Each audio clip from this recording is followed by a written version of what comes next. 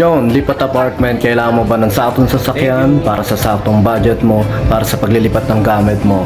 Sa bagong apartment mo, syempre, ayun.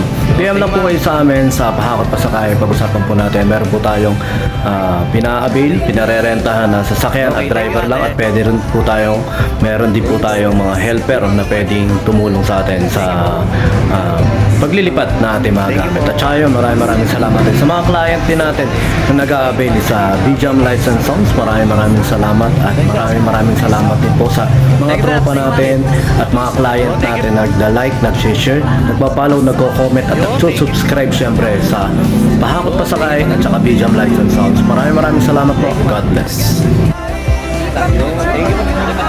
Pahakot Pasakay. Thank you. Yun, thank you sir. Lipat apartment, Pahakot Pasakay. Thank you. Thank you sir. Lipat apartment, Pahakot Pasakay. Thank you po. Lipat apartment, Yun, thank you sir. Pahakot Pasakay. Ayun, thank you sir. Sa mga lipat apartment dyan, Pahakot Pasakay. Thank you ma'am. Okay kuya.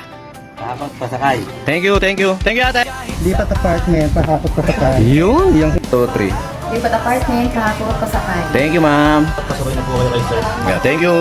Sa mga maglilipat, bye. Bigyan nyo lang si Kuya. Pahakot Pasakay. Thank you.